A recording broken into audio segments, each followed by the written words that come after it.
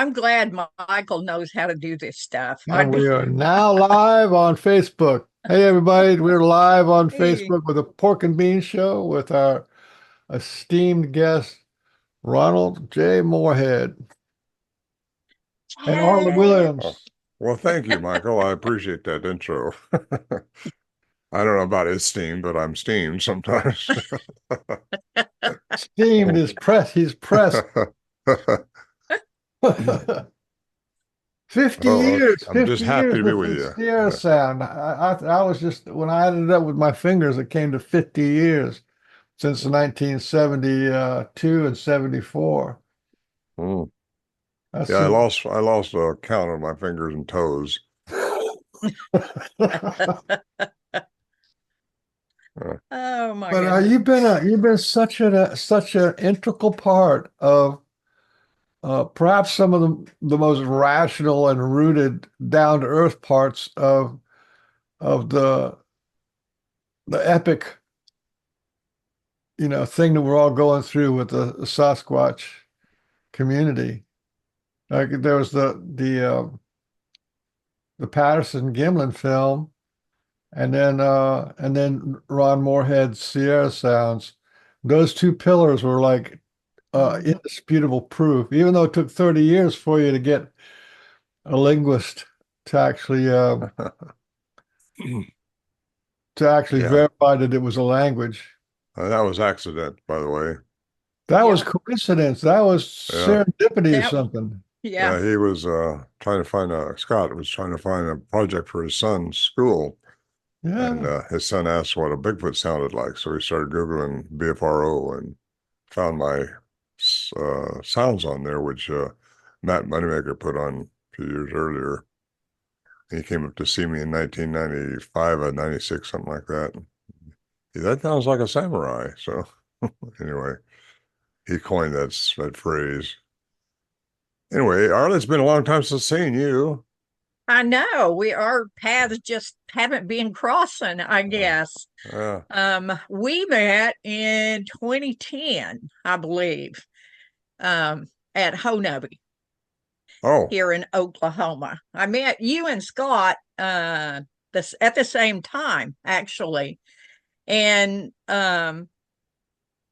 before I heard the Sierra Sounds before I met you, but not long before I met you. I didn't have any idea, but then I didn't know about the research world either at that point. But I was at a camp out with a group of people, and somebody brought it up on their laptop, and they said, "Come listen to this, Arlen. Tell us what you think." And of course, they played it, and I was like, have you slowed that down to listen to it? This is a language. They're talking to each other. So, I knew at that point that this was something hmm, important, even though I'd never heard about it. At that point, I really hadn't heard about anybody. And, I found out about you because of listening to the Sierra Sounds.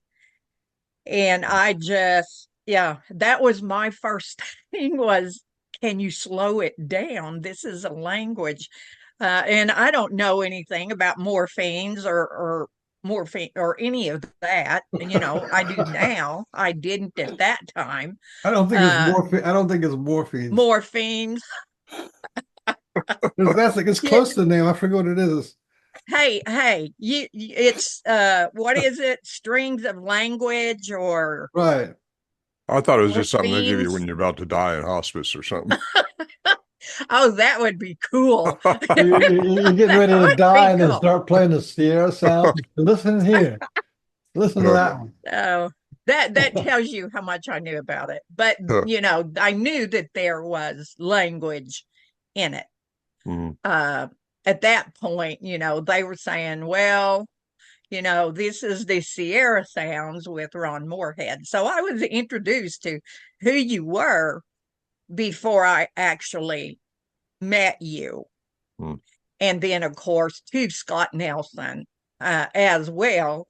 And when we met, Meldrum was there. I had no idea who Meldrum was at Mm. that point. And, I just started showing him a cloaking photo, and he was so wonderful. He was so respectful and just listened and just said, hmm, and, Mm. left it at that. He didn't tell me I was crazy or anything else. You're He one of was the lucky very, ones, I guess. yeah, he was very respectful of Yeah, he's me. a gentleman. I've been with him quite a Yeah, bit. Yeah. yeah, he definitely is. Mm. Um, so what have you been up to besides speaking? Well, I've been doing some filming, quite a bit of that really. I just out on the West Coast for 3 weeks. They're shooting that. They're trying to do a documentary on the Sierra Sounds and the paranormal, and so that's good because I think they're doing a good Yeah, job. The yeah, Renaissance is doing it, Jill and Brett, and they're good people. I've known them for years and they years. And Oh, are. they're the ones who are doing this. They're the ones who are doing the shooting. yes, Yeah, the Wow, that ought to flash be of that. beauty people. It'll yeah, be, it'll That ought to be. be nice. I They're real think yeah, it'll be. solid people. Yeah, yeah, yeah. I think it's going to be really well. In fact, yeah. I'm quite sure of it. And anyway, after I got back from there here a few days ago, I shot up to Louisville, Kentucky for another filming on some group. And there's always a production company wanting to do that stuff, where they go with it, you never know. But it's supposed to be a 12-part series, and they had me in the last part to try to explain some of the anomalies Awesome. scientifically. But, Yeah. it's a challenge sometimes to get into quantum physics like I've done. In fact, I talked to Melton about that in 2011 when we was in Russia Hmm. at the breakfast table. What do you think about quantum physics? He said, I can't talk to you about that. He won't. So he wouldn't anyway, because he's in classical science, and he has to stay with the evidence that apes are out there and they must be one of them. Yeah. Yeah, but But the most I like successful him. science in the world is quantum physics, and for some reason that just Ah, inconveniently gets set off to the side. yeah, right. It throws them out of their box, and they Yeah. can't get out of that academia parameters there. So I understand, these guys have been a long time in their profession. They don't want to go off on a tangent and lose respect and with something like this because it's not provable in Newtonian physics. You have to get into quantum physics, which according to Dr. Stephen Christopher Brer at West Texas A&M, everything from the atom throughout the cosmos works according to quantum physics. Just Newtonian physics is what we deal with in our third dimensional environment. It's what we see, feel, touch, measure, predict, and all that stuff. Where quantum physics is not that way, and it's just been a fun venture for me to try to explain it. It's really a challenge, but hardest people are the people that's been indoctrinated so harshly when they were young, to believe certain things are real and certain things are not real and they can't get out of the parameters Well, that they it exist. is definitely has a cult feeling Yeah, to it. yeah. Well, You got unfortunately, to wear the right religion, clothes and say the right things, and religion has brought that into a lot of people's lives, and good people, but they won't step out of Yeah. that parameter. Anyway, it's been fun, and it still is fun. I love doing programs like this, so I can talk about it without traveling. That's good. Yeah. I get kind of tired of traveling so much, and I kind of started turning down some of these events that's been asking for me for next year because I just don't want to travel that much when I can do the same thing on this and and answer questions easily. Well, answer questions if I can. In you'd 20, be the only one in the whole community who could answer questions Well, I because try. we can't answer questions. I rely on a lot of PhDs and a lot of people who have gone into this deeper, and I quote them and just like Tesla said, he said what one man calls God, another one calls the laws of quantum physics. So they're synonymous, but you got to get out of the brainwashing and get into spirituality, because we're all spirit beings inside, and we're just carrying around a body till it dies. But nothing really dies. That means your essence, who you really are, is going to keep going. And that falls right in with church doctrines too, if you've done everything Does. right. Yeah. But It does. most churches are fear-based, and if you die, if you haven't done right, you're going to go to hell and burn or something. And that's just not the way I see it. I think that was brought in by religions, but we do, according to physics, we can't die. Our essence will go on and just change forms, according to Einstein. It's just a change in energy form. Yeah, It's not a finality. That yeah, essence of you, that soul, that whatever, just changes form turns again. pages. Yeah. Yep. So Well, I think it was in 2014 when both of us were at Beachfoot.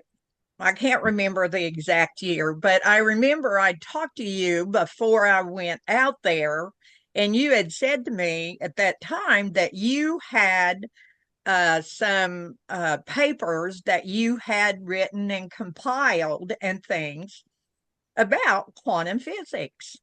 And you asked, would I read it when I got there and tell you what I thought, because we were talking about what the Sasquatch is able to do, where we're seeing him, we're not seeing him, and, things like that. So when I read your paper, it was a little over my head, but I gained enough from it and talking with you uh, to say, yeah, that it could be that way.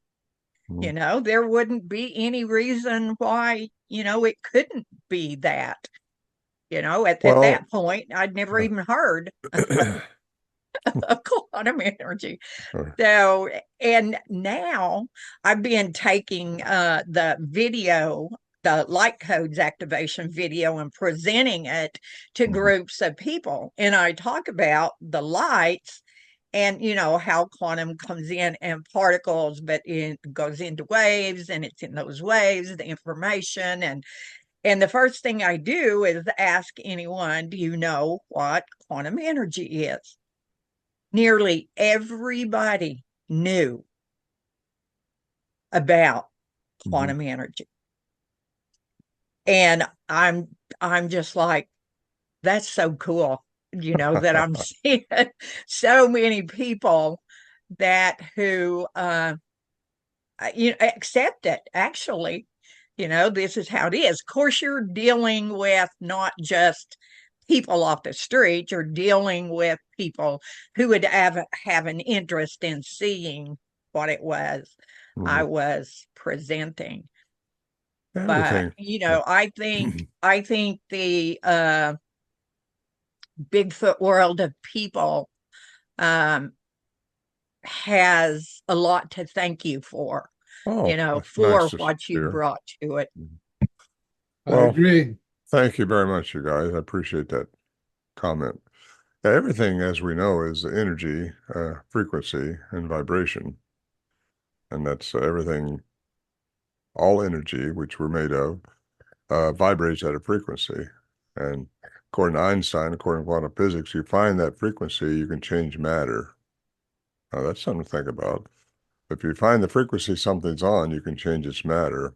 I think that's how miracles were done. I think some entities know how to find that frequency, and Bigfoot might be one of them. They have such an expansive vocal mechanism that we don't know the limits of it. We just know Mm-mm. what we caught on cassette tape back in the 70s, but we do know that it went way outside the human range, and how high it goes, we don't know. But sound itself will turn into light at the 49th octave, and that's Wow, I did interesting. not know that. Yeah. So there's a report now. I just saw it actually. Renaissance just put it out interview with a couple of guys who saw one of these things. And Yes. Yep. did you see that where it just went down Yes, from yeah, 10 I've foot tall seen. down to a ball of light and then shot off into a Yep. box? Yeah. Yeah, that was hard to say they're lying because you Yeah. know. Just like he said, if I hadn't saw it myself, my son hadn't saw it with me, well, I don't know that I'd believe this story. Yeah. That's how Well, we they felt up put there. frequency in water, and then it does something to a bubble, and all of a sudden the bubble emits light. I've seen Hmm. that. That's just Hmm. from sound frequency Yeah. and or I think vibration frequency. so much is sound frequency. I mean, so much. You get on the right frequency, you got a lot going for you. Well, maybe. Uh, but anyway, it's been fun doing this, and according to let's see, what was it Dr. Paul Dirac, who won the Nobel Prize in 1933 for antimatter, and that's the direct exchange between energy and matter. And matter and energy are interchangeable. And that was established by CERN in 2012 when the Hadron Collider hit and formed an energy. You can't see energy, but you can detect it. And they detected energy when that was collided. Yeah. And so really, if matter and energy are interchangeable, that opens up a whole nother light to what could be happening here. How did they disappear? Well, somehow they found the frequency that causes them to go out of our perspective, and we have a certain frequency of light that we see through, which is 430 to 770 terahertz. That's light's frequency. You get outside of that, there's all kinds of frequencies going on. But if you find the frequency that matches where you want to go, you can change your matter into energy. So that would also, I think, explain how trackways disappear, stop because the density would stop. So I try to stay with science, an explanation for this anyway. Whether people want to believe it or not, it's up to them. But that's what I try to do, and so far it's been working out pretty good. My newest book, I got all this information in it, and it kind of follows up on the Quantum Bigfoot book, which I think needed to happen, and it answers a few more questions. Uh, so there. Now, Yep. Arlie, you got quite a history behind you, a lot of experiences. So, Yeah, I do. Well, with them personally, we're going to be, it's almost 70 years of it.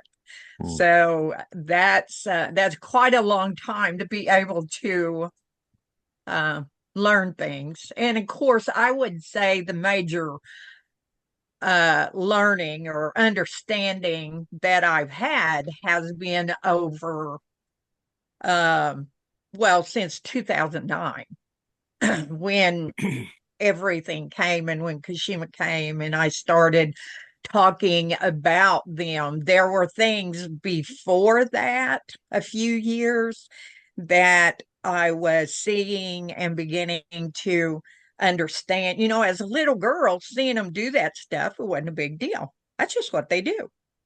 You know, if I'm in the woods and I see one and he's there and he's not there, it's no big deal.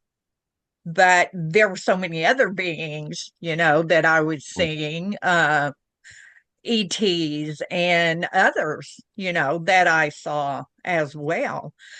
But I think some of the wisdom seeped through in the last close to 20 years, where I began to look at it probably in a different way. And you know, it for me, it wasn't important to prove anything. I've never told anyone I'm out to prove anything about them. I just shared. And then when, you know, you started bringing all of this quantum uh to everybody, you know, I started looking even a little deeper. And so it has helped me to know that we can put a name on it because humans want a name for everything. We have to have a word to describe something. And when we make that word, whatever it is, then we have a description of what's going on. And that's one of the things Kashima had said to me years ago. You humans love your words. And yes, we do. We certainly love to to have words. For me, and like with the video, and Ron has seen the video as well, the light codes activation, and understanding that there was sound there, vibration, and then within the quantum energy, those lights were there. Hmm. And knowing that when that changed, and that information then is allowed to be given out. Yeah. And for me, that's cool, because I can tell people, this is quantum energy. That's what is happening right here. This is not some hocus pocus, whatever you want to call it. This is quantum energy. You are seeing something that quantum energy is bringing. And yes, it's orchestrated and shared through the beings that I'm working with. It's still, that's what it is. So, for You know, me, you that's you cool. Arl, I think your eyesight must pick up energy, obviously. It But they're does. they're lowering their frequency so you can see it too, Hmm. and that's pretty unique. Not everybody has that, but some people do see energy, and you're one of them. So that's pretty good. Thank you. The You time I know, see, I appreciate that.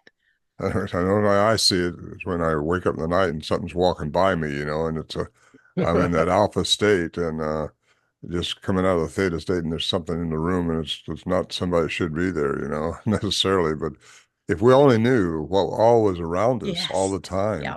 all the time that we're just not seeing or feeling because we're in our third dimensional uh, beta state here, and And we not just, not only around us, but they just go right through us like a ghost. I mean, oh yeah, yeah, sure, there's people who are talking to ascended masters and things they're not out there; they're right inside. Yeah, they're all, hmm yeah.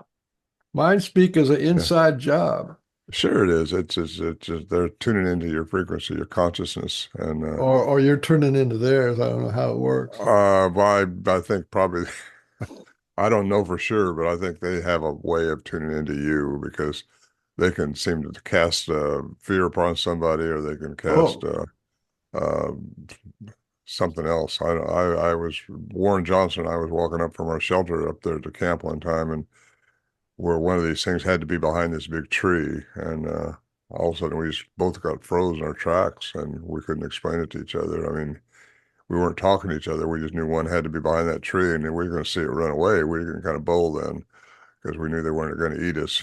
We didn't think so, and so we we just wanted to see one, and all of a sudden we just got stopped. And I mean, it's like described it in my book as a force field, like in Star Trek or something. Where you can't go.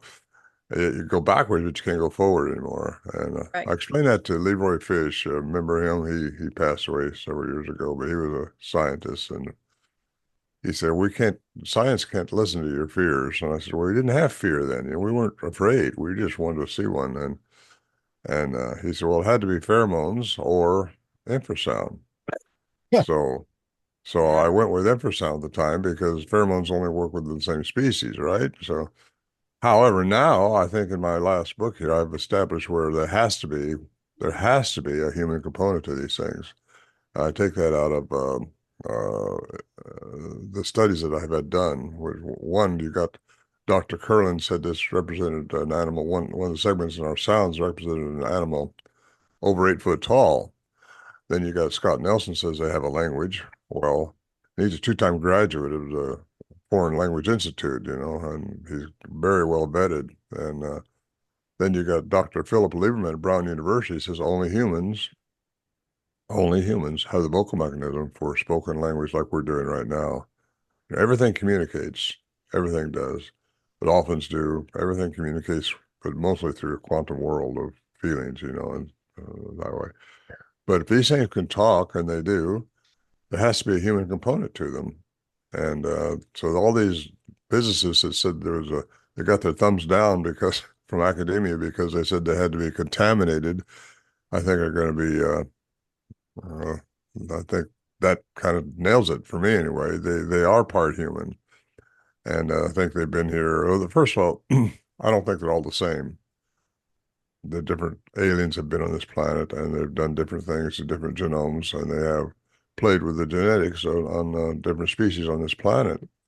A lot of that's from doing their hybridization program, and they're here now, I do believe. And Yeah. I think probably what we were dealing with up there and what a lot of people deal with are have not lost that attribute, but again, I think a lot of them have been here since before Homo sapiens, and if that's the case, they At least probably before evolved. our current form.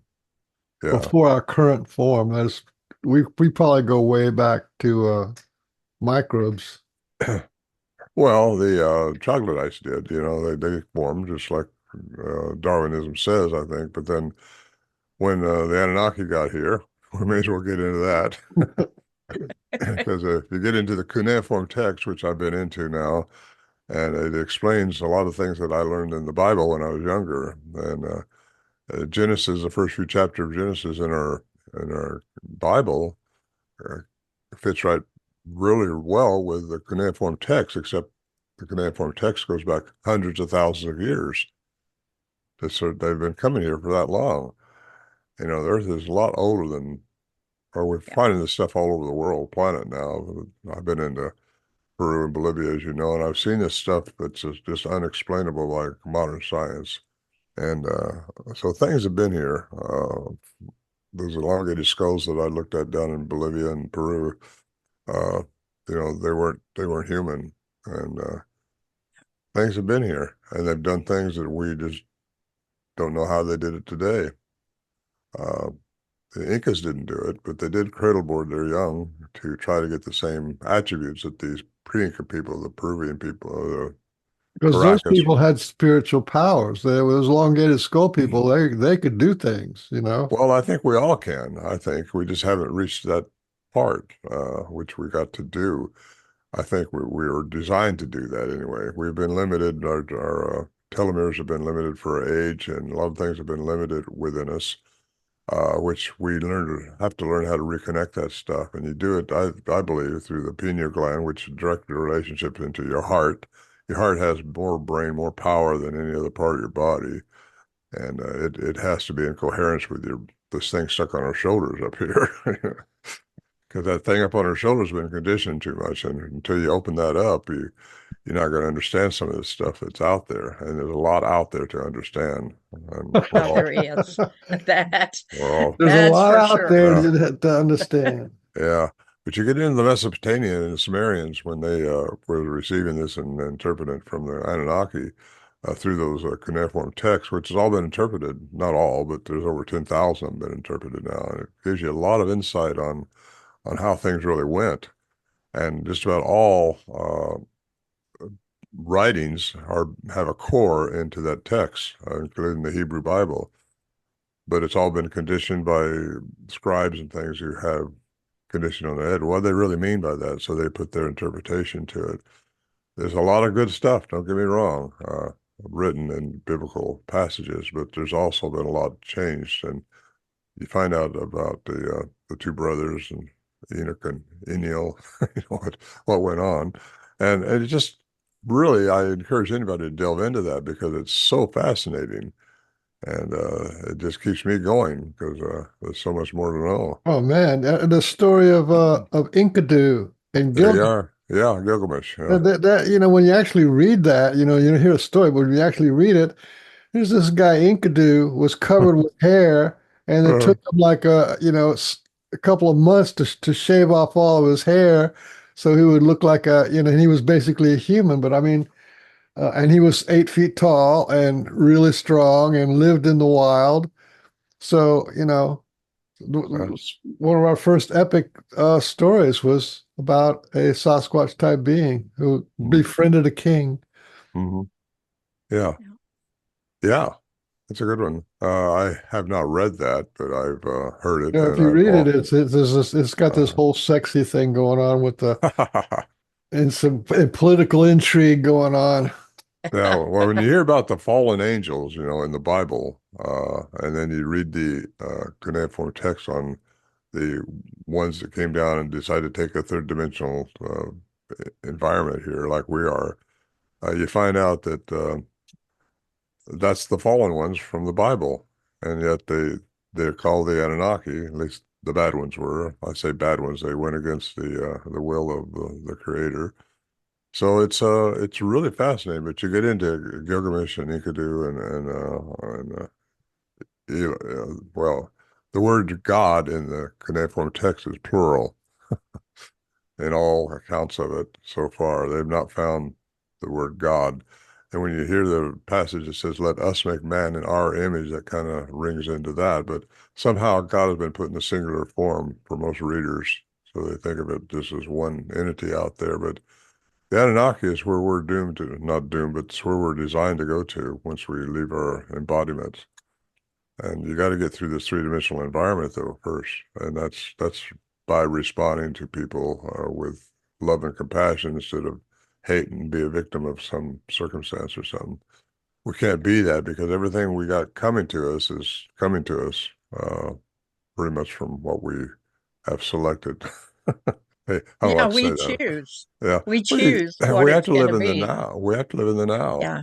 And Yeah. that's just the way it is because there's no tomorrow. I mean, you think about it, tomorrow don't exist, does it? It's all in our minds. But at this point, nope, it Yep. doesn't. And yesterday don't exist because it's Nope. all in our memory, right? So everything Yep. that's going on is concocted from our brains from the past. And that's what keeps us bound so much. But we have to learn that, I think, to step out of that and realize that living in the now and going by your heart feeling, because it has to be in coherence with this thing up on your shoulders again, the conditioned one. Once you get in coherence with the rhythm of your heart, which is going to tell you right from wrong, but yet your brain up here is going to try to digest it differently, maybe, and, you know, Yeah. be two Yeah, hours. definitely. Also, It, we've been lied to and dumbed Oh, down and for quite a bit over the eons of time. oh, it's You, true. you can't do anything if you can't conceive of it, like invisibility. If you can't even conceive of that, then you're not going to try to put any energy behind it. yeah. So it's the fringe people that have explored those things. Well, we're friends, aren't Yeah. We're We are definite, I I've always been fringe. I've never been we? anything else but fringe, but You that's know, just I was allowed to be yeah. that. I wasn't told. You can't think like that. You didn't see that. You're just imagining. I don't ever remember my grandmother saying to me, oh, you just imagined that. Oh, She wanted to know everything about it, what I saw, describe it, how'd I feel, about it. And basically, all she was doing was teaching me to trust myself right. and not rely on someone else to tell me what I was seeing and what I should think it is. Very You wise know, grandmother. yeah, I did. Yeah, well, I think that was all divine too, Sure. guidance, want to call it that, because they knew at some point what I would be doing, and not just the Sasquatch people, but also the star people as Mm, well. mhm. And so I'm here at this point in my life, shifting once again to talk about the star people uh, and, in connection with the Sasquatch people as well, because they're all star people. They came here from Oh, they know somewhere how else. to, yeah, work with energy. Yeah. Yeah, And a lot of them are in, like I say, they're around us all the time. I just don't see them they so are. much. Yeah. Uh, I'm getting glimpses of them during the night. Little wakes me up, something messing with me. And it's not something that should be messing with me. Well, I shouldn't say Yeah. that, but I'm getting old just now. not normal. And I'm ready for the next adventure really when it Yeah. happens. Yeah. I Yeah. don't get out in the woods like I used to. And I totally, understand that knowing that what you know at this point is just going to be expanded. Mhm. Did I think that the Star people were going to do what they did with that video? No, I didn't have, it wasn't even thought about. But on the night that that happened, the one star being, who she was a light being, had showed herself to me as a pillar of light. Mhm. And she came closer to me, and I would feel her energy. And then she would move back, and then she would come again, and then she would move back, and then she was gone. And my heart, oh my gosh, it was like her energy, when it got to me, just took a hold of my heart and just opened it totally. It just felt like it got bigger and bigger and bigger. And I was just doing what I do a lot of times, just telling them how thankful I am that they are in my life, and that I was blessed by this beautiful light. And so I'm totally out of my mind and in my heart. And there's been a lot said I'm out of my mind, but at that point I was in my heart, in full gratitude and Mhm. love. And that's when the lights started.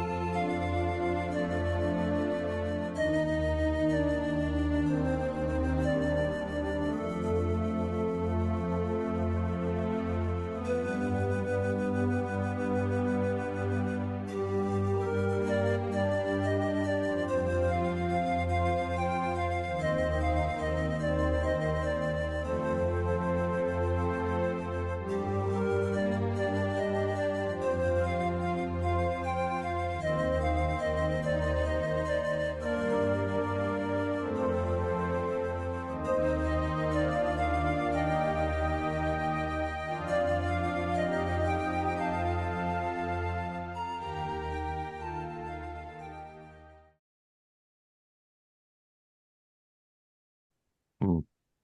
So that was the opportune moment. So, did I help create that? There's a part of me that knows my being in that space was where they were looking for me to be when they presented this. Perfect. And so, Yeah. I got to see it before I ever started Mhm. videoing. Yeah. And so that it's as simple as open your heart and shift your paradigm. Just a lot of people have problems with that, but yes, Yeah. you're right. Yeah. Yeah.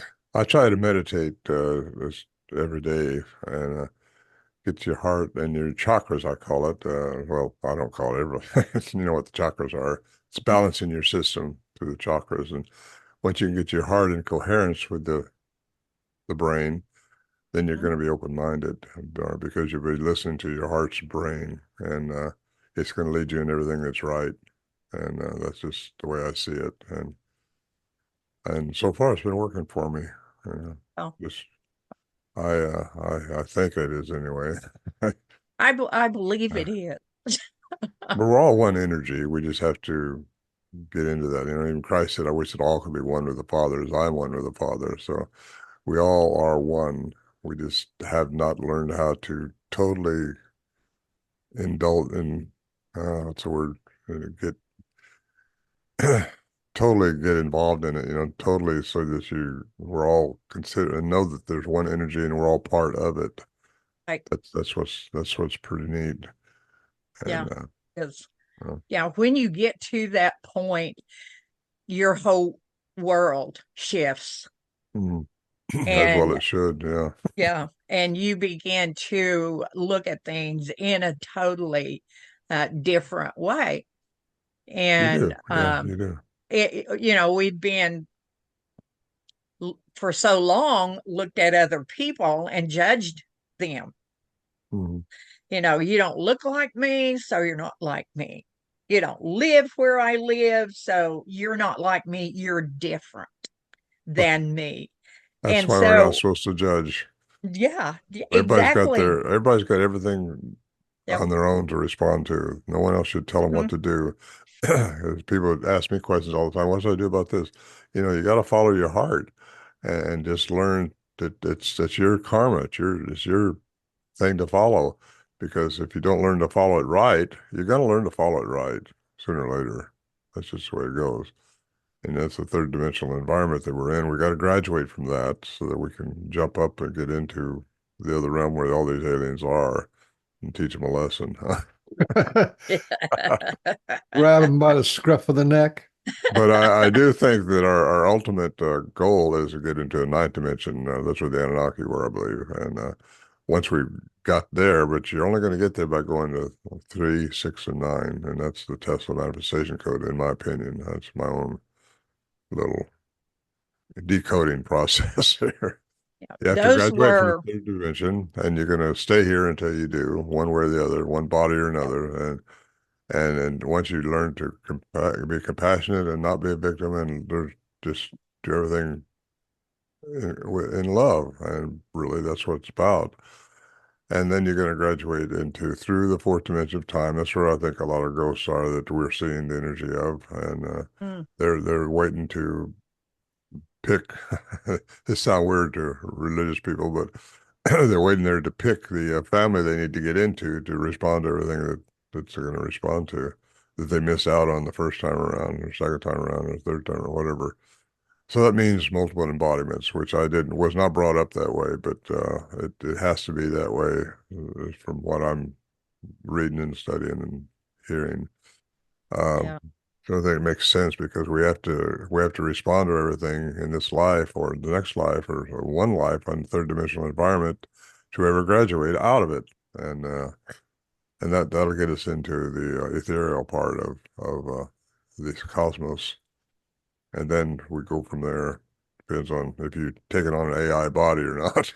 I think they're going to eventually be able to transfer your consciousness into an AI body, and that's when you won't be made in the image of gods. I'm going to use that word. And I think we have to stay in the image of God with our embodiment. And that's my thoughts. Maybe wrong, but Yeah, I think AI is going to have its own consciousness, yeah, and there'll be a lot of people who want to peel off and go that way, but absolutely. there's nothing wrong with our consciousness. I'm kind of a big believer in the baseline bliss, which means that everything is inside of us all the time now. There's no level or realm or uh, ethereal, whatever you call it. It's all here now, and it Yeah. and all when we become heart coherent. That's a doorway to access what's already there. Well It's said. not like we're going on a trip anywhere. It's just oh, like you say, the 369 is tuning into the vibrational frequencies that are already the foundation of the universe that We is can do it inside all us. with what we got. You're so yeah, right, We Michael. already got it. It's just a You matter said of that just right. We do have it. We just haven't learned how to oh, tune totally, it to turn the knob. How we yeah, got to turn that knob yeah, and oh, tune in. find the frequency. And that's what we're doing by even talking about it. We're getting our elevation going. And I yeah, think so. it's all inside of us. So you're so right. I mean, we can do it. We can do it in this lifetime. You can go to 369 in this lifetime. You know, But when Christ said, "I and my Father are one," mhm, and then he said, "I and my brothers are one." mm, I think he's saying this is a fundamental principle of the universe. What yeah, I can do, you can do, mhm, and beyond. You know what I'm saying? He threw that in there. You can go beyond what I can do, and I think that's a fundamental principle that we're already have those abilities, the capabilities to do all that. absolutely. I agree with you 100%.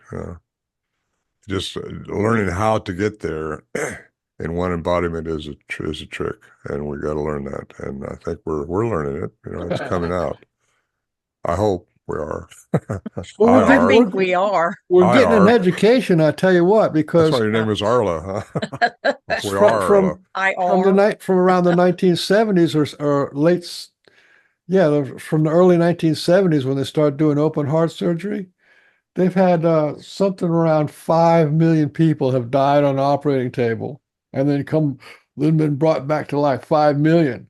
And of those, about 30% of those have a near-death experience. And of those, 30% of those have been writing books and talking about it and Mm, starting organizations. And what is it saying? There is no death. There is no right. death, and that we're already there. And then after you die, there's a certain percentage of them that go to heaven and they say, I just realized that I knew everything in the universe. Mm, Imagine that. A lot of people say, and then at one point in my near death experience, I realized that I knew everything in the universe. That's this we're getting saturated with this because there's thousands there's probably more near death experiences on the internet than there are Sasquatch experiences on the internet. well, it makes you feel better about dying, don't it? Yeah, there is no death, Yeah. Yeah. Right. and so Changing so, forms. so there's no hurry on getting to here or there. This is fun talking to you guys. Heck, it's enlightening, you know, to hear other people. Well, it's good It to is. hear. It's good to Yeah, hear other it's people. yeah, it is. And it's so awesome when people can openly talk about what they're seeing, what they're feeling, what their Mm, beliefs are, and nobody's telling them you can't, no, you can't talk like that, you know. So, and we're seeing that more and more and more again. I mhm, know Kashima said when we were talking about uh, the quantity of people who are coming to this understanding now. And of course, that's like the 100th monkey thing when everybody's doing this, then the scales are tipped. But what he said was, it is no longer about the quantity, it is about the quality, mm, which is those who are connected in and understand this. And I see some really, really, really quality people. mm, And and that just tells me that, you know, things are really good. Vibrations are changing. People are accepting and understanding more. And that helps humanity. It helps everybody. It doesn't just help them. When anyone raises their vibrations, it helps all of humanity, yeah. not just that I think one that's what the person. 2012 Mayan calendar was all about, you know, and the Age Yeah. of Enlightenment, because it's all going into the Age of Aquarius, and I'm not a, you know, stargazer. Well, in one sense, I guess, you know, but we're in another age right now, an age of enlightenment, and we're in some really interesting times. That's why I think it's important that a lot of people are raising their consciousness and listening to stuff like this, because it's very important to humanity to learn who you are as a human being and to realize how important we are as human beings. Because to raise our vibrational frequencies is our goal, and that's what it should be anyway. And you're only going to do that through basically love and compassion, and just I stay with that because that's a theme. And we learn who we are as human beings and what we're here for, what it's all about. And there's a lot of good information on this stuff. People just want to dive into it, but so many people, well, I don't even want to say won't because that puts out the wrong energy, but I hope they do, and I hope programs like this will help them, you know, Yeah. understand how much. That's why we do, you know, what we do. It's why you do what uh, you do. we all do, Is yeah. We're we're huh? we're just doing what it is Uh, we know to do uh, to help. And if anything else I ever do is to get people to see themselves in a loving way. Good. Yeah. When you do that, then you expand just to love everybody. When you truly love yourself and can look at yourself Mm. and really think about, I really love me. Mm. And not in an ego way, but in that way that takes us to the heart, where the brain attaches to everything that's, Shoulders. yeah, going on. Then, oh my gosh. Um, what was it you said yesterday, Michael? How How good good can it can this, get? yeah, how good can this get? It could just keep getting gooder and gooder and gooder. Gooder and gooder. Yeah. So, Oh, that's great. Yeah. Well, So anyway, Bigfoot Unveiled. I like the yes. name of Unveiled because that's to a large degree what we're doing here in our, you're talking about this little Mhm. the ride on this life is a ride and a lot of it has to do with unveiling. There you go. I'm so glad you had that book because I didn't have the picture. Well, they're all downloadable on my site too. If anybody wants to do that, Yeah, let's have ronmorris.com. everybody buy that book when it comes out. Well, you can get the paperback if you want it, but that's shipped out by Amazon. I don't stock them here, but all my books and my CDs are available there on my site, and everything's downloadable. So that helps But there. anyway, unveiled is the word Yeah, because we're seeing that through the that means veil. it's already here. It's possible to be seen and felt or grasped, but it just has to remove the veil, lift the veil. When we lift the veil, when we lift our Uh, hearts up into you know, a conscious connection. Good. Yeah. yeah. Thank you. Yeah. I And like that's that why word. they're here. That's what they're doing, Uh-huh. is helping us. And so many indigenous stories tell us that, they're here to help us know how to live in a better way. And I've told people for years, you think you want to learn about them, then you're going to need to open your heart and shift your paradigm. And there are going to be some things that are shown to you through the years that you're probably going to have to release to be able to continue to grow and understand more. And when your journey started out wanting to learn about them, you end up learning about who you are.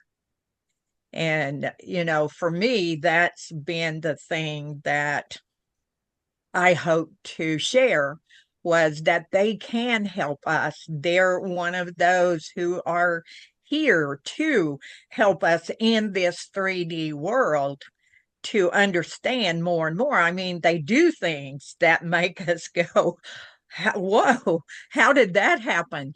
So if your mind and your heart are open, then you're going to look more into that. And so they lead us and teach us by the things they do. Mm. So well, yeah. Now, some of them I think are not positive, just because I think they've crossbred with indigenous people over the eons of time. I think that's what the Patterson film was all about. I think that was a hybrid. We're all hybrids. You really want to get into it, but some of them are more genetically reduced down to what we are as humans, and I don't think they can all do the same thing. From my Yeah. trips worldwide, I see different stories about what they do and what they can't do. I'm not sure they all have the ability to speak language like we do, because I think different aliens have been on this planet many times and done different things to different species. So someone may have a different agenda is what I'm getting at. There are some negative entities out there. So I just caution people to keep an open mind, an open heart, and control your fear, because fear is your enemy, and they feed different things will feed on fear, like the dog man down in the LBL, which I've been to a time or two, and they're responsible, as they say, for the absence and disappearance and deaths of several people down there. They've got some of those places in the park blocked off from campers because of that. And it's just it's something that most I didn't even know the Dogman. I didn't think much of it until I moved out here on the East Coast. I realized, it's a big deal out here.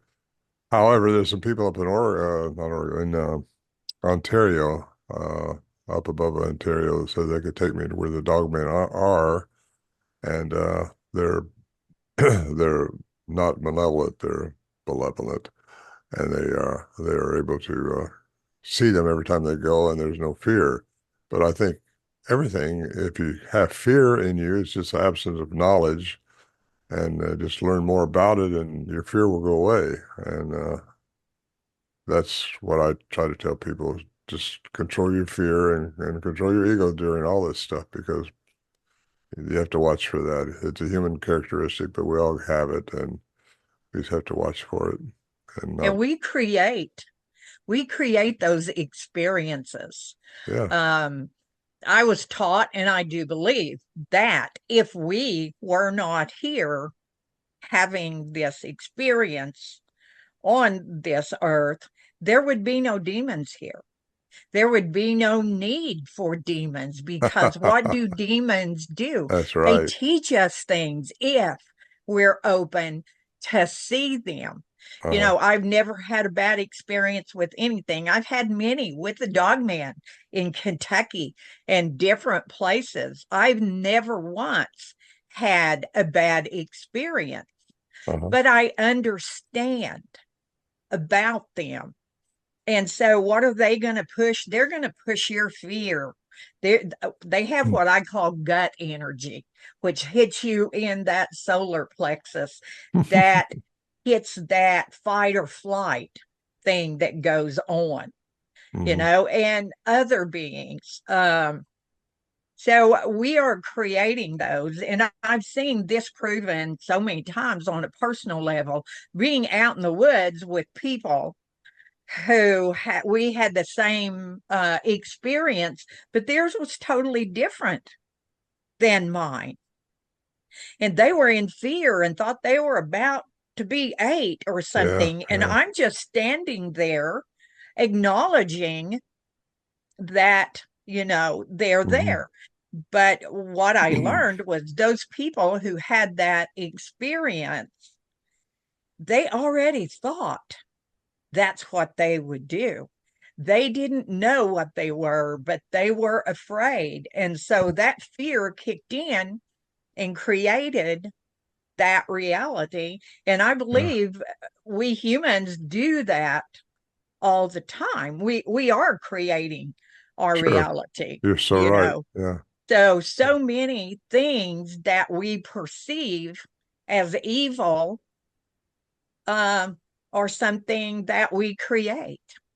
but even And if it I'm not is, about if creating. it is something that's negative for us, if we don't show fear, it can't feed on us. It can't No, affect not at us at all. all. Not at So, all. yeah, And that and was one of the things that my grandmother taught me. I didn't have fear coming in of anything. And, I was always running off to the woods. And so I was never ever taught to fear something I didn't understand.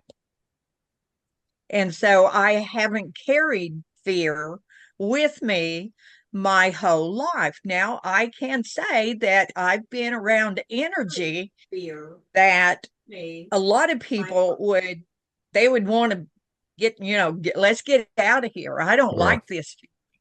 Well, I was taught to talk to that energy, and who I am as this person that's out there where my heart is, and that brain and that heart connected together, and doesn't recognize the fear, then hmm, that no longer has any power to do anything. very good. So that's where I go with this. And I've told people for years, if you've got something going on and you're afraid and I can come there, I'll come. And I will stand in between you and whatever it is. So I know JC Johnson and I had talked about me coming out there where they were having so many things go on out in the Four Corners. And I would have loved to. I mean, I've stood in the presence of things that, and I'm not saying I'm cleaning them out, or I'm not exercising them into something else. I'm just doing what it is that I've always done in looking at fear. Fear takes your power away. It also will mess with you where you make a bad judgment. If you're standing in that fear, you can make a bad judgment. Now, there are times when being a little afraid, can help you as well. But when you delve into that fear and let it take over, you're going to make some kind of error in how you handle that, just from what Mhm. I've seen and experienced Yeah, in my lifetime. good. That's well said. Anyway, yeah, fear is your enemy. That's what I tell people. And you learn. I think that's why I had the interaction I had with these things up in the Sierras. It's because I didn't Yep. fear them by 1974. We'd all been dealing with them since 71. And I realized, they're not going to eat us. They're not carrying us away. They're not throwing rocks at us. They're not hurting us. They're just curious, evidently. So I really didn't fear. And Bill and I was outside the shelter when this thing started interacting with us, yelling out. And I started yelling back, and I didn't know what they were saying, but I was mimicking them. And I think they were trying to tell me something. To this day, I don't know what it is, but I didn't have the fear. I was just hoping they'd come in and let me ride on the shoulder so I could see that horse, horse big time. Yeah. Anyway, it was Yeah. an exciting evening. And Yeah. You've that was, had some experiences. I know I used to talk to Scott a lot, and I think I've told you too. I would have loved to have gone up there where that was. And of course I didn't get to go, and I don't think I'm going to go at this point. But yeah, I've always wanted to go and be where things were happening. Mhm. Um, and it's just my nature of wanting to, I guess, connect with everything and figure out for myself, what is this? I always Yeah. say I was that little girl that was laying in bed and she heard something under her bed making noise. I didn't cover my head up. I leaned over the bed and looked under the bed. I wanted to know See if he's what going to was get that. slapped or not, huh? Yeah, I wanted to know what was making that Well, noise. I was up there with David Paulides in 2018 when he did that filming of the camp and interviewed me around there called The Hunted, 411, The Hunted, something like that. I got about 15 minutes on that DVD, and there was a lady right after me that had seen one of these pixelated, going from one tree to another, that I thought was quite interesting. But he's the only one I'd taken up there until this last year when Brett and Jill went up there to do the filming. They wanted me to take them up, but I didn't think it was the right thing to do at the time. Plus, everything was catching on fire when David and I was up there. We're lucky we got out, I think.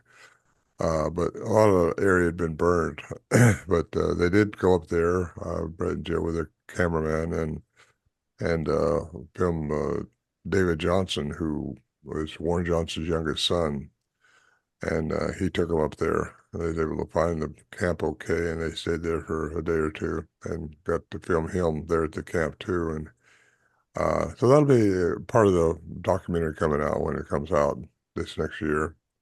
Be fun to see what they do with it.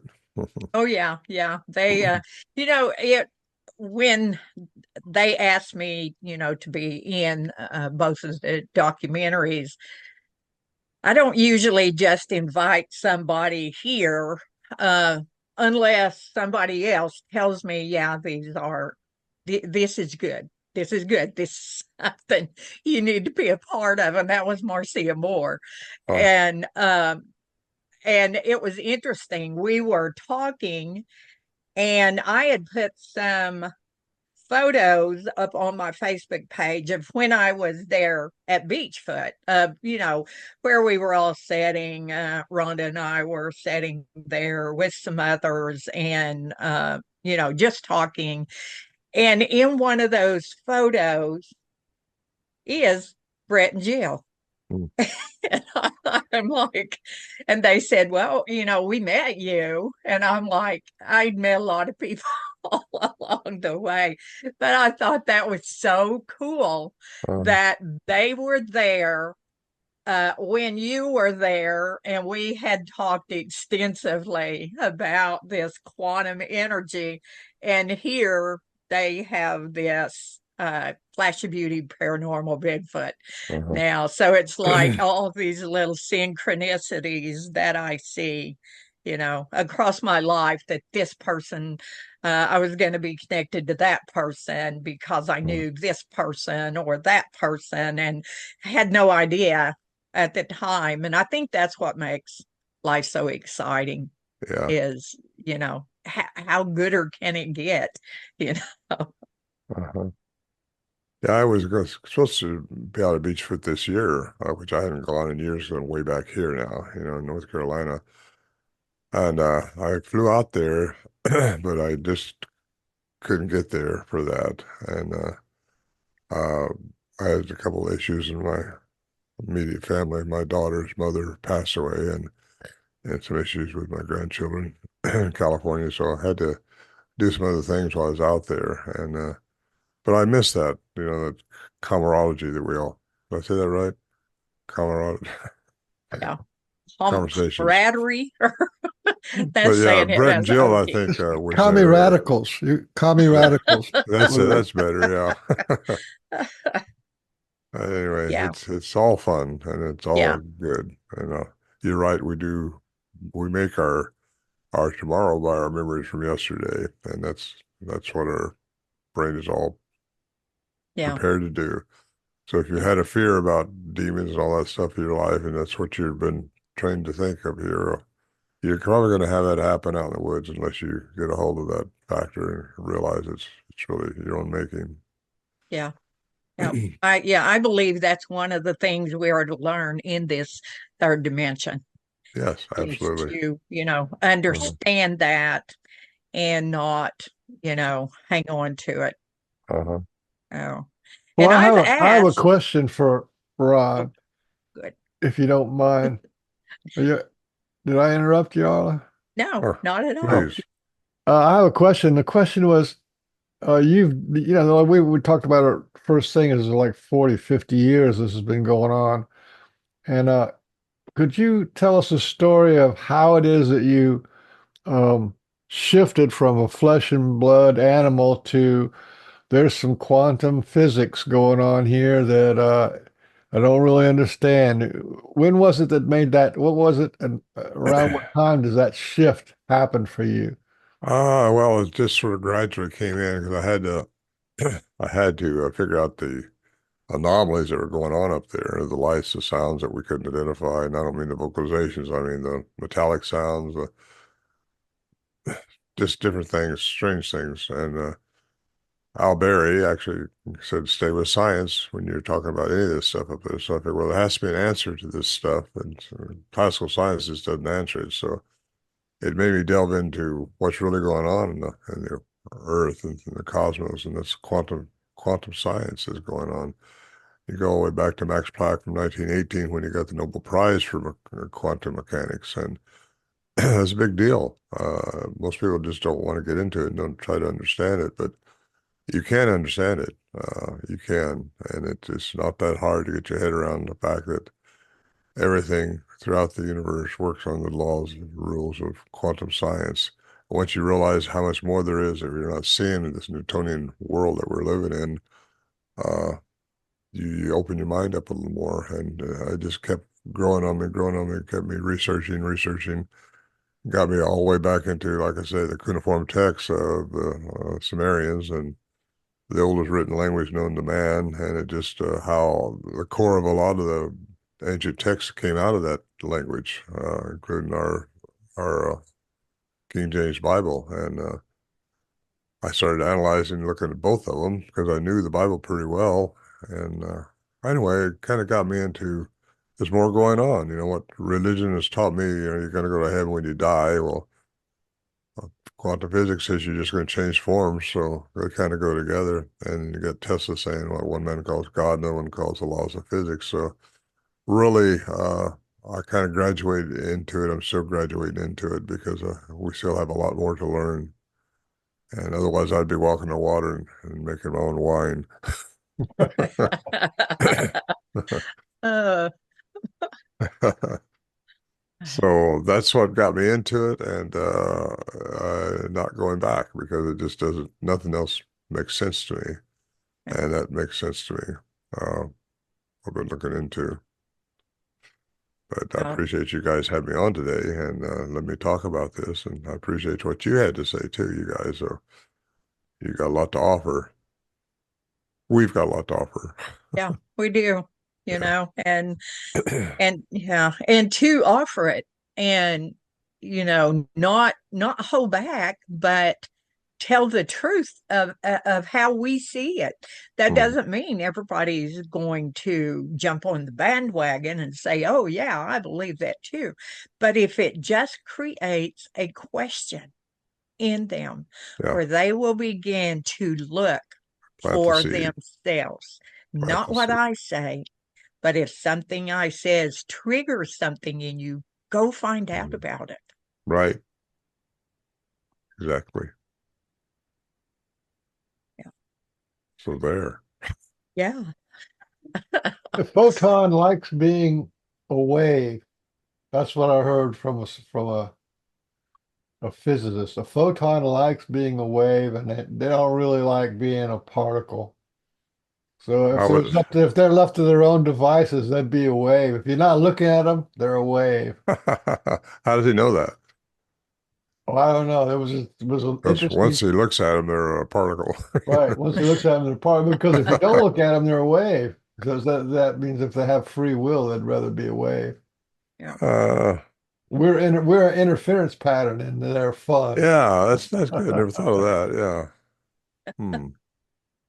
Do they have consciousness, I guess, is in other words. Absolutely. I think consciousness is also fundamental. Hmm. Oh, Yeah, it fundamental is. to what? It is one of the fundamental forces, like what is it? The strong and weak nuclear force, gravity, electromagnetism, and consciousness. Those would be the fundamental forces of the universe. Hmm. Okay. In other words, an atom has an intelligence and an energy to maintain its spin and location as an atom. So there's a consciousness there, a will, so to say. Well, I'm not going to argue with that because Well, everything. that's a philosophy. It's not science, moral No, I think philosophy. it is the science in a way because the atom gets smaller, and the quarks and the photons will spin off. Uh, anyway, it gets deeper than I want to talk about this time of day.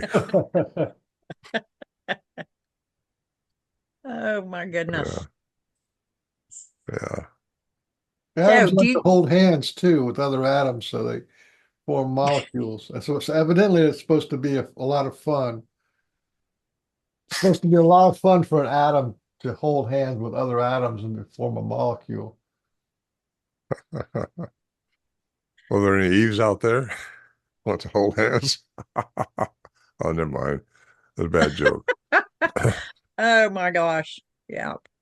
Well, what we do when we share, regardless of what it is that we're sharing, it has validity. And that's my 50-cent word for the day. For sure. But it does, it becomes valid. Um, and since we're all a part of each other anyway, we're sharing what we pick up from everything around us. And that's an important thing. And that's definitely quantum, that it all comes Mhm. together in that way. Could I totally explain quantum energy to someone right now? No, I probably can't. But I can talk about it enough, thanks to you, Ron, that that I can at least put that out there for someone to look at it themselves. You know what I used You know, to, Arla, when I started talking about this, I said, when you see, I'm a scuba diver too, and you see all these fish spooling together, and as one, they're not talking to each other. You see birds flocking together mhm. all over. They're not talking to each other. How are they doing that? You think one up there said, okay, I'll take a left on the count of three? No, they're not doing that. They're entangled, and we all Yeah, entangle. We all are entangled if we just. yeah, So that's how telepathy works. That's how a lot of things work, I believe. And uh, we just consider ourselves separated because we think we're individuals, and we are in our embodiment, but in our consciousness, we're not.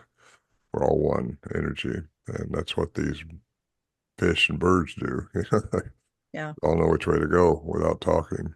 Unless they're So talking, I many just don't hear them. so many teachers that we have, and helping humanity, the consciousness of humanity.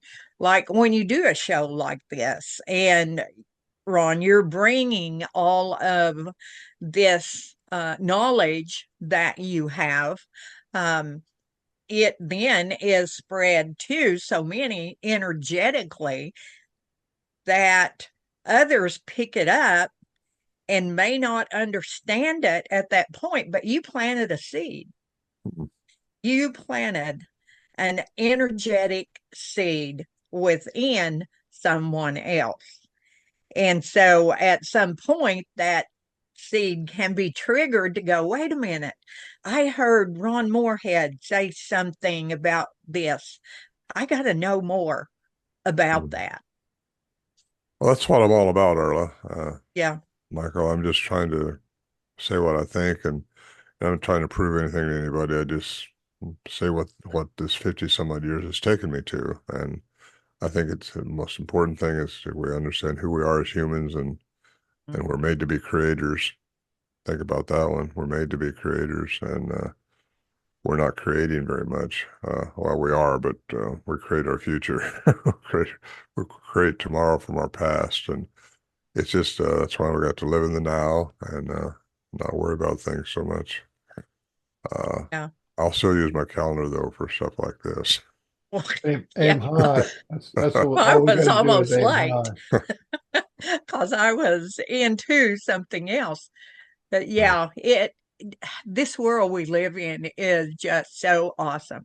You know, I see it all the time. I choose to see that.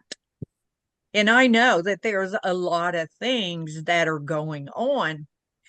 And most of those things I can't do much about, but I can send the energy of love and compassion out. And that's a valid thing to do, is to share that, because it's in that realm that we are connected Mhm. through this. And that's such an important thing. In the Yeah. beginning of my talking about the Sasquatch people, I had a lot of people didn't like what I said. And there were a lot of people that did things. But the thing that helped me with that is to know that we are connected, that I'm connected to those people. And the only thing that I knew to do that resonated with my heart was to send them peace and love. I can't send them bad thoughts. That does not resonate with me, to send something bad to somebody, no matter what. Because if I send that bad out, it's just like it's ricocheting, everywhere. And I don't want that for myself. I want that love and compassion and connection for myself. And so to have it for myself, to be that, then I do that Hmm. because that says, I respect myself and who I say I am. And that's what I see in people like Michael and like you who are sharing so many things in such a good way. And that's just such an important and wonderful thing. It needs to happen. Yeah. Yeah. And I see it happen. I see so many people who were on Facebook and they were grumpy and, all the time getting into something. And then something happened and their paradigm shifted. And now those same people are putting out things that are positive and loving and compassionate. And the people have just totally changed. They are not who they were before that. And, I know that's kind of a simplistic thing to say, well, I'm looking at the universe through Facebook, but it's just a microcosm of all of it. But it's a tangible place where you can see things change. Hmm. And that always just makes me so happy to see something like that, even. Hmm. Yeah. Well, we never know who we're touching when we talk like this. Just who is listening and who isn't. And, I always hope that what we're saying and what we're doing is helping people to graduate and to get better. Yeah. Because we got to stop being the warring species that we are. We're the whole Earth is a warring species, and that's just the way we've been brought into it. And we got to change that. We get the vibration of the Earth up, and it's going to change. And I think we're all part of it, all part of the oneness that's supposed to exist, Oh, that does exist. And I do too. Michael, you're right. We're all we have everything within us to do this. Yep. And I have another question for you. You've been watching this for 50 years and maybe more, who knows? And there's some kind of something that's going on with the Sasquatch um, phenomena. Like you said you were a diver, and I was a skin diver in Florida for a few years, and I've been chased out of the water by moray eels, and I'm chased out of the water back into the boat twice by sharks, and I never really had the inclination to study moray eels or white tip sharks, black tip sharks.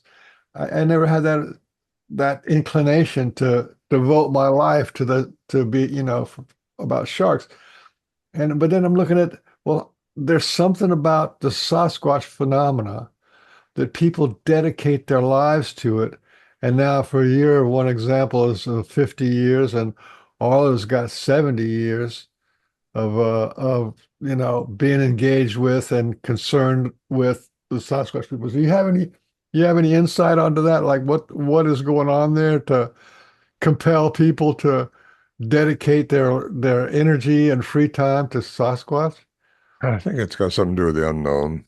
Uh, they need to know more about it because maybe they had a sighting or something unusual happen. And where a shark you can study, I've been around sharks a lot, and again, they will fall into your fear if you got fear. You don't want to have fear around them. And I've rode the backs of manta rays. I've rode elephants in Nepal and got chased by a rhino. That was fun. Couldn't film it though. I was bouncing around that basket, so I tried to get that. Anyway, why Bigfoot is such a phenomenon, I think because science has not agreed that it's there, and they can't. I think our government knows about it, but a lot of people just believe everything the government tells them, and I don't believe a word the government tells me, except pay your taxes. That's when I know you better listen. But There are more and more of them. I think they are multiplying while they're down here, while they're doing what they're doing. They are crossbreeding with indigenous people. They have been for eons. A lot of them are more human-like than others, and they're being seen more and more because we're encroaching upon their forests more and more, and they're multiplying too. And I think probably a lot of them, if they don't go out of our environment in our three dimension, they probably go into the ground, into cave systems someplace. Because there's been a lot of reports of these things just turn into an orb of light and disappearing out of sight. Uh, why is there all this happening? I think we're getting ready for the last time. So when things are going to change drastically for the world, and I think UFOs are going to be exposing themselves more to humanity. And that's when the eyes and ears are going to open up to people that there's more going on than what meets their three-dimensional eyes. It's just what got me into it is once you get into it, like Arlie, you can't get out of it. It's just there. Yeah. And it's not all I do. You know, I've done a lot of things, and I've been very fortunate to have my own airplanes too. And I remember a time when I think when I first met you, Arlie, we speaking someplace. I think it was 2009. Before that, we It was stayed. 2010, I think. Was it 10 when we stayed? And Jim Vieira was there, and Oh, that was in 2013, January. That was in oh, Georgia. And Georgia. we were staying in this great big house and everybody had a room. Yeah, yeah. And we were And singing so, together. I remember we were singing. yeah, we have sang together too before. We did that at when we were both at Beachfoot. We rented that house that was on the beach. There were Oh, several of us that were there, and we got to hear you play and sing, which was really cool. oh. So, Who else was yeah. there? I'm trying to remember that one. Let's see. Brian Bland was there, and Okay, yeah, I remember it Susan, now. Susan and and Tom, and there were some others yeah, there too. yeah, that was fun. So that was fun. That was, you really. And like a lot of the times that we've been together at conferences, we've had time to talk, Mhm. and a lot of times at conferences, you're rushed, you go in, Yeah, you there's are. all these people, and you're trying to talk to all of them and present and do all this other. And Mhm. I know I've been lucky to be at conferences where there was time to connect with the other speakers as well. Mhm. And that particular one in Georgia was awesome. And I've got awesome photos Mhm. of us being there. That's where Mr. Nelson Yes. rapped the Sierra Sounds. Scott Yeah, did. he did, didn't he's quite entertaining that way. Yeah, he did. That was just, and nobody got it recorded. Uh, Everybody was like, "Oh my gosh." We just sat here and listened to Scott Nelson rap the Sierra Sounds, which was a lot of fun. So yeah, yeah, we had downtime where we could visit and get to know, a little uh, more yeah. about Noel was each there other. too. Chris Noel, Noel, Yes, he was Christopher there. Noel Got to was know him. in. He's very, very fun guy. Yeah. Yeah. We had a good time. I think Christopher and I were agitating you at one point. And Me get yeah, agitated? I you don't were get trying to agitated. agitate, but we were getting we were having so much fun. Yeah. That and let's see, Scott was in the house and you, and I think there were two others in the house, but I don't remember who it was. But then, Rhonda was there, and there was some of them had cabins that they all stayed in. Some of the others, because that's where the first time I'd met Rhonda, and and some others that stayed in cabins. But yeah, Mm, and we had Joseph Vieira was there, mm, and that's where I got to go out with him, and we found a mound, mm. and he was so respectful of that mound. I He began to clear debris and stuff off of it, and that just touched my heart. He was Oh, just, so respectful of that. And yeah, we had a mm. good time, and you had to get lost in Atlanta with Keith Bearden Oh, when he was I he was driving. He got lost. think I was a in couple. Atlanta. I think he was at one of our on the show today. He was in the chats. Oh, he was. I think I don't know that it's hard to tell with the can't Wait a see from minute. here to there, but he Yeah, was earlier in the day. yeah. Do you still Uh, play guitar there, I Ron? still got it. I don't play it much. I haven't played it at all. We couldn't talk about singing a campfire song. Oh, no. Playing. Well, Try. there's rumors out there on the dark side that it was your playing music that brought the Sasquatch around you originally. Oh, no, I didn't play it up. I didn't play music at the camp. I'm just teasing. Oh, okay. No, Uh, I had a tumor removed off my brain 7 years ago, and it kind of left my balance a little bit messed up, and my well, anyway, I just lost interest in playing guitar, and I haven't played it much since then. Still got it. 1985 Ovation anniversary special. Good shape. Plus, I uh, got a Fender guitar, which I think I tested in the 60s when I worked for Fender Guitar Company. I used to test guitars for them. And this was given to me by a man's daughter who passed it on to me after he died. And anyway, I don't know why I'm telling you all this, but well, because it's interesting. did You I know, answer I'm did I answer your question, Michael? I'm sorry. I got off subject. I just like listening to you talk. I don't really care what you talk about. Okay. Well, I mean, you got so many interesting things. Like you said, you have been, swam with the sharks.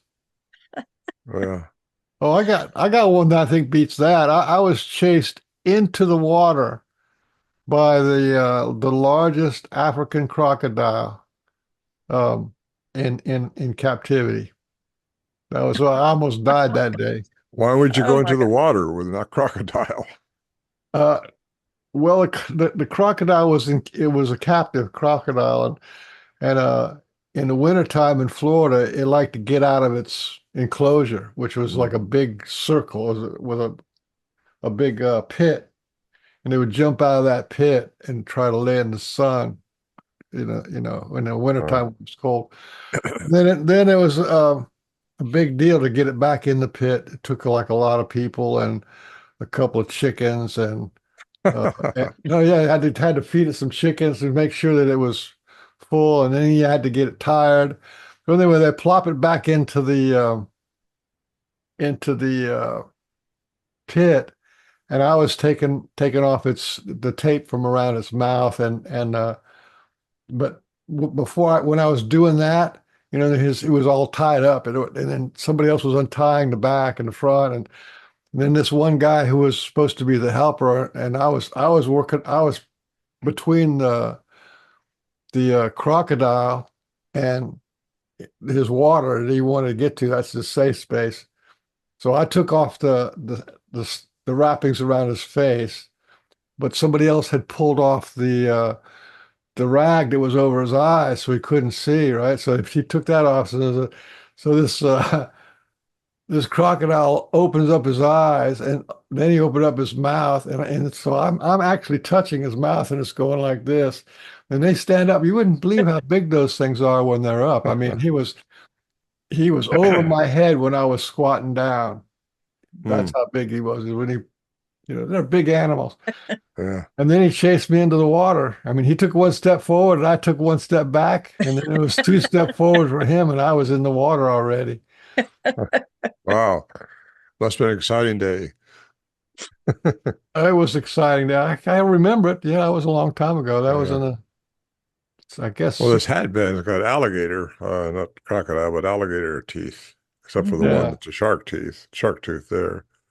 And I lost one or two of them. I had to replace them, but I had to chase down a shark to get that one. He was hard to wrestle than the alligator. Well, Oh my this goodness. crocodile would eat Florida alligators. Uh-huh. Yeah. Well, there's still some, there are crocodiles in Florida. Supposedly like 300 of them Yeah. they're protected. This was an African crocodile. Right. Yeah. Well, it's Hell, like the rhinos in Nepal are different than the rhinos in Africa. right. They have two horns, African ones, where the Nepal, the Indian ones, they just got a one horn. And I got chased by one horn. I got between her and a male. They were trying to mate, and I didn't know it, but I thought I'd take a picture of this one male standing there, and he just looked at me. And they only attack for eye level. They can't see you up there on the elephant. They was attacking the elephant because it was in the way. But she's the one that screamed, the female, on the other side of me over here, and that elephant reared up. I thought I was going to lose it there for a minute. Then they'd have seen me, but they only see eye level. So that elephant just started running, and I mean, I was hanging on for. That was fun. We also ran across a 19-foot restrictor there in that jungle, and that was Wow. an exciting week for me. I spent there with Peter Byrne, and actually, I spent a month over there, 3 weeks, and then This is in India, is in Nepal. Nepal, which is Mhm. what that's in like Tibet or something. Yeah, at the base of the mountains. Right. Mhm. Mhm. Wow. Well, you've done some exciting things, and so has Michael, evidently, because we've not heard that story Man, you didn't hear before. that story? Uh, Maybe another time I'll tell you about almost dying by a king cobra bite. Ah, I was trapped in a closet with a king cobra. yeah, It was up like this. yeah. That does something to your fear factor. yeah, I would You have no imagine. choice with that. No matter how cool your head is, your body knows exactly what that. Well, I got some airplane stories from me flying up and down to Alaska, down in South America that I have to tell you sometime. I should maybe write another book of biography or something. Yes, you should. I got You stories had, about airplanes too. Uh, My dad was a torpedo bomber and in World War II. And so one time we are flying from St. Thomas to St. Croix, I think, in the in we were stationed in Puerto Rico, and so you got real down low to the water, and all of a sudden he turned on the airplane's windshield wipers. My mom started screaming at him because he was so low that his props were sucking up spray off the water. yeah, yeah, yeah, I'll do that. I was down in Mexico one time and my landing gear wouldn't come down. Well, never mind. We're going forever about airplanes because I got more time in planes than I do in a car. Yeah, that was my best airplane story. Uh, I used to have a hang glider too, one of those power yep. gliders. And I was jumping off a mountain one time and crashed. And I tell people I used to be a lot taller than I am now because I hit the bar with my head. I had a helmet though. He's also a part-time comedian. I guess the only thing I have that as a claim to fame is I rode a bull in Jim Childers' rodeo school when I was 14. I have been able to sing to Bob Gimlin many times, I've heard and you. I had the illustrious Ron Morehead accompany me on a song one time. That's when we were staying in that house there on the beach On the after beach. we had Yeah. got to Beachfoot. You were playing and I sang and you played. So Uh-huh. uh, Yeah. that was fun. Yeah, Music's been a lot of has been a big part of my life for most of my life. And I used to do bands and things like that. But anyway, I kind of stopped that. Uh, just kind of lost interest in it for some reason. You have so much that you do.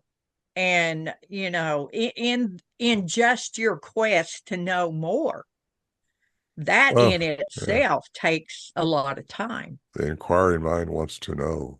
That's right. Right. And that's why I always looked under the bed. I wanted to know what was under there making all that noise. So, and I'm still doing that. I'm still looking for who's making that noise.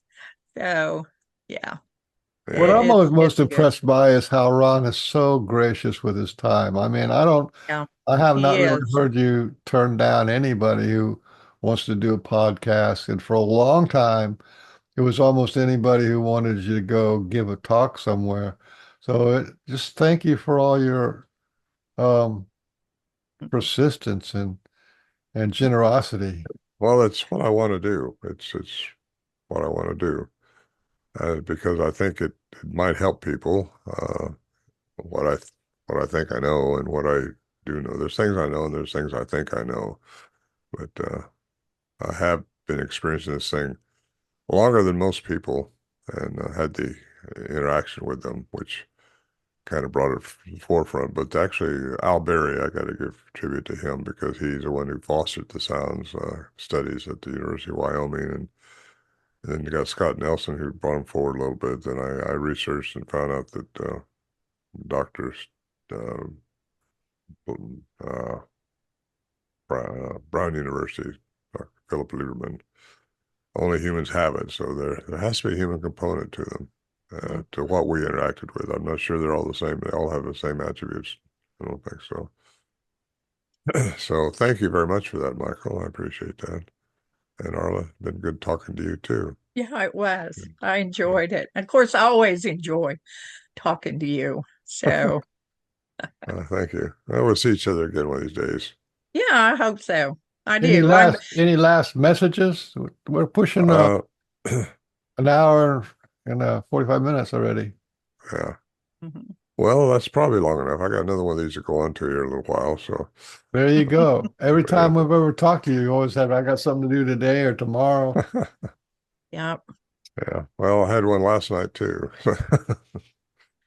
Anyway, I know my book, ronmorehead.com is my website, and all this stuff is downloadable if they want to get more information on it. So All that's And right. your new book is Bigfoot Bigfoot Unveiled. Unveiled. Yeah, this is it here. Yep. Yep. Is that backwards? No, no, it's Nope. good. Oh, Right. okay. Yep. Okay. Well, yeah, they're doing the documentary on the Voices in the Wilderness, my first book. It's my chronicle, and that's what they're working on now, Brett and Jill on Renaissance Productions. And they're doing a thorough job, I'll tell you that, because they're interviewing a lot of people, Hmm. and we're going to focus in on I think, a little more of the paranormal or the quantum aspects of how energy works and stuff like that. So they got some. You never told a story about when you came back into camp and that you found a horse that was upside down on his back with his Yeah, puss in the air. That to me, that was the most hilarious thing. And I you know, wish I had taken a picture, but I just didn't. I didn't think about it. I was hurting. I cracked a rib and sprung a wrist and all that stuff trying to get up on the mountain. We was actually down below at a camp where my daughter had set up, and we worked our way around there because Scott and I had tried to get up on the mountain that day, and we've been a whole day mishap after mishap, and I was in pain. And then the last throw when I got thrown off that horse, Scott said I went up about 15 feet. Of course, that gets an extra foot higher every time he tells a story. But he, he was going to leave me there, so I'll go get some help. Oh, you can't leave me here. No, uh, he thought I might be dead. I landed between these two big boulders, and I was lucky that way. But I've always been kind of lucky. Uh, anyway, he helped me up, and I worked my way back down the mountain, and we went around to where my daughter camped out, and we set up camp there. And the next morning, I got up, and that mare, which I had picketed between two trees, was upside down with all four legs sticking straight up in the air. And I thought she dead. I mean, I never seen an animal like that wasn't dead, from bloating or something. So I went over there and kicked her, and she got up. It sounds bad, but you gotta get her up or not. So, and one of the other horses, when I tried to pack up there, she was totally loose from her picket line. She had a separate picket line, and it took an opposable thumb to get her loose, but she hadn't run away. She just ended looking at the other one. And it just quite an eventful evening. That's But the time. how could that, was there room there for her to be able to get on her back, or because I heard that Yeah, she was well, she sort of was in on her back between the two trees. Yeah.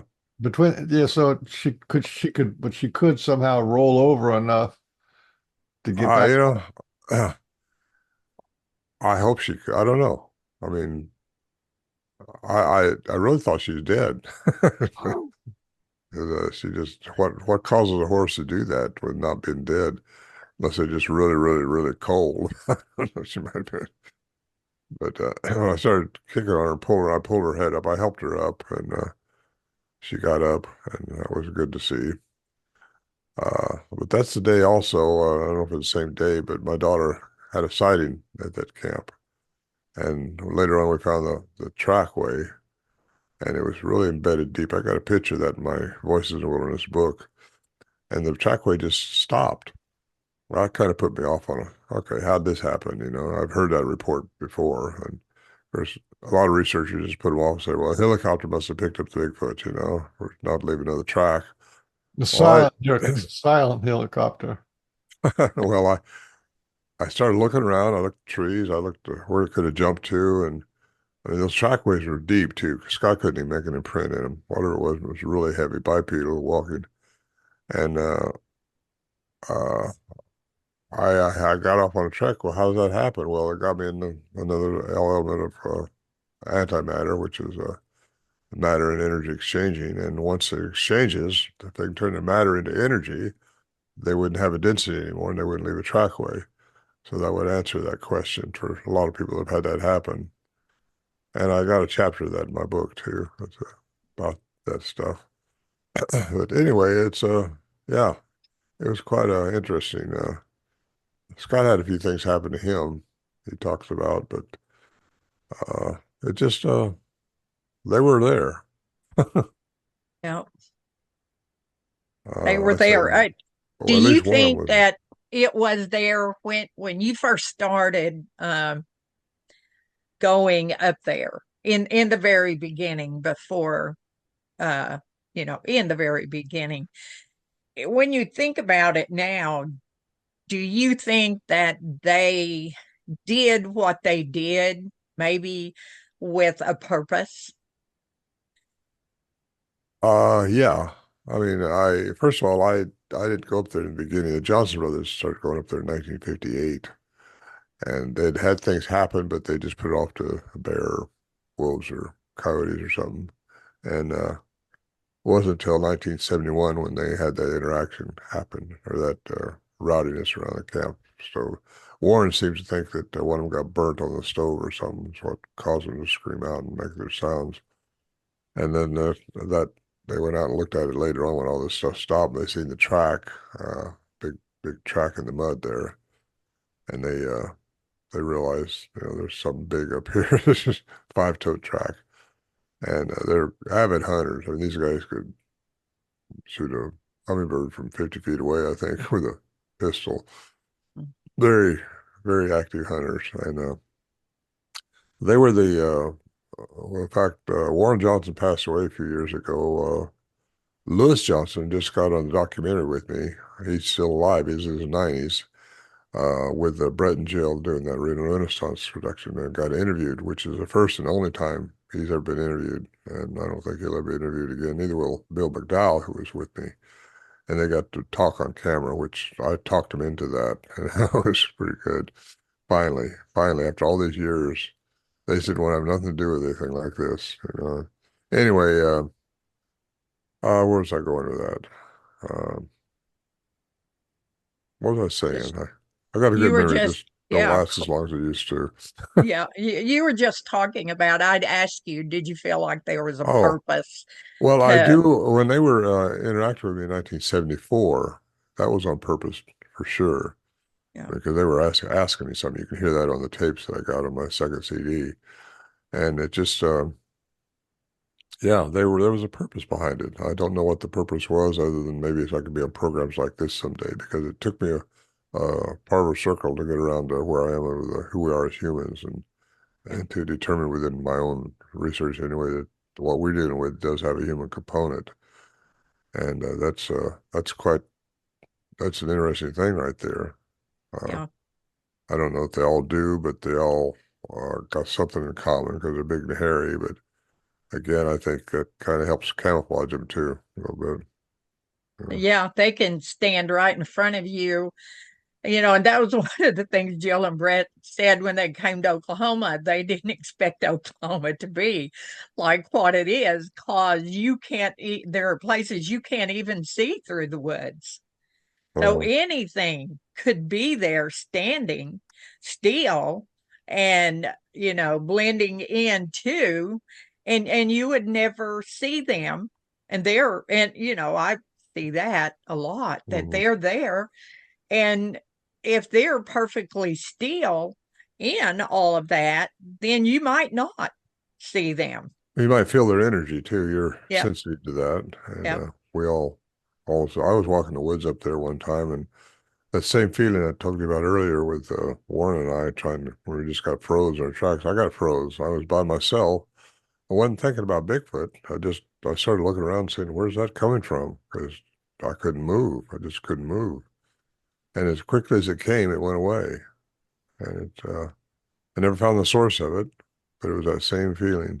I mhm, say feeling. It wasn't a feeling. It was like something had you, yeah, yeah, tractor beam or something maybe. yeah, yeah, Uh, yeah. but yeah, I've been very fortunate, had a very fortunate life and a good life, and I have no complaints.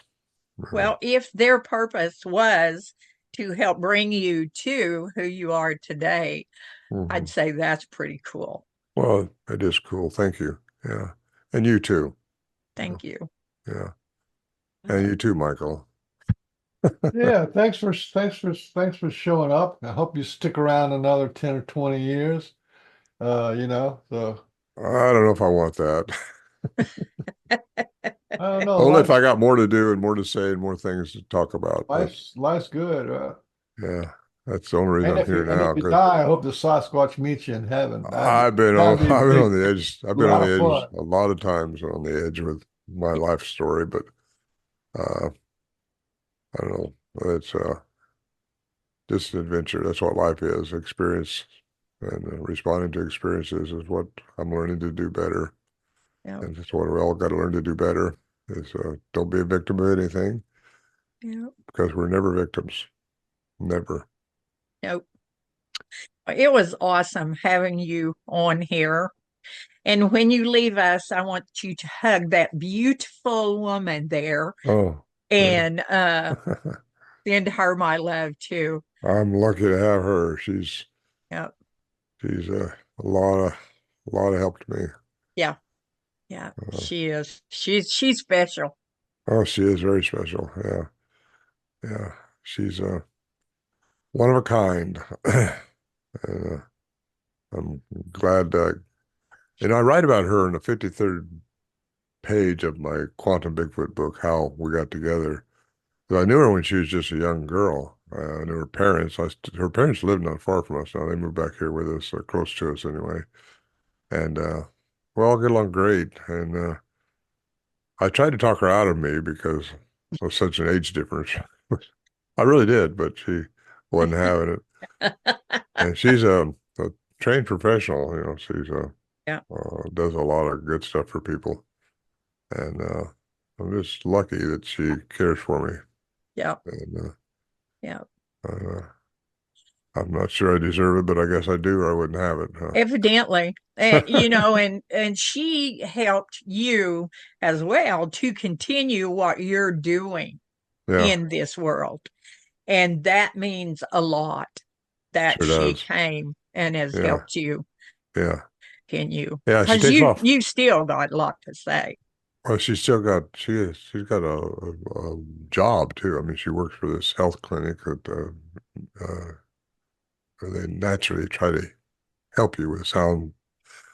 She's a Reiki master. She's got all kinds of credentials, and she she has to take off work when she goes with me on these events. Yeah. And it's like last week when I was up in Louisville, she had to take 3 days off work, 3 days off work to go with me, and they miss her down there because she had a lot of clients piling up on her. But Yeah. she's good at what she does, and I'm, like I say, very lucky to have her. That's another reason I kind of backed away from doing a lot of these events because it's really taxing on her to do everything, and so there. Uh, I'd like to her to hear this last part. All right, Ron. Uh, so glad you showed up. I think this is the fourth or fifth time that we've talked, going back to 2012 or something, or 2013. But yeah, I'm so glad everybody gets to get. There's not enough Ron Moreheads in the world. We need another one. Oh, We need a well, few more. I got a son. All right. He's busy doing his own thing with his own family, though. So, uh, Yep. Yep. All right. But Bye bye, you've everybody left from a Pork and Beans. okay. I got to say this. All He's right. left a legacy already. Oh yeah, you were kind You of know, one of the and giants. that's an important thing. What do we each leave behind? mhm. And when you decide that you're not going to do this anymore, uh, I'll that do this one. legacy will go on. As long as I can talk, I'll do this because Yeah, this is better than waiting in those Atlanta airport or something for 2 hours, to catch a flight. definitely. Yeah, And 3 hours time difference from the West Coast to the East Coast is another issue. yeah. But yeah, it's all been good. I'm not complaining at all. Uh, So thank you very much for having me today, and I hope to see you again before too long. All All right. right. Bye. Bye Take bye, care. everybody. Bye. This light code activation video came to me from a group of star people, Sasquatch ancients, and others who are working together to help support the earth and humanity. I was allowed to video this transmission as they knew I would share it in a good way. May it bless you as you open up your heart through your higher self to receive. Many blessings to you.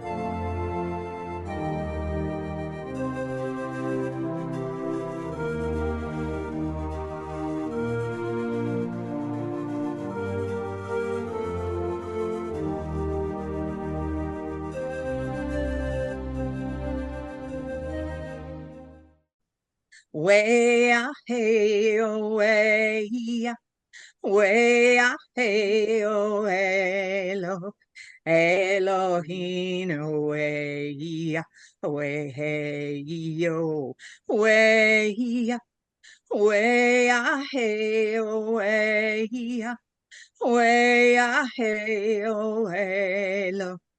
Elohim, away, away, yo.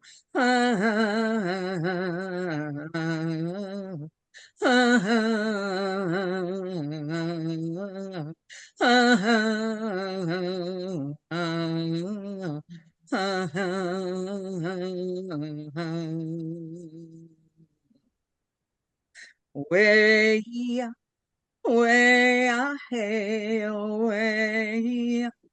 Way ah hey oh Elo, Elohim oh way ah way hey yo.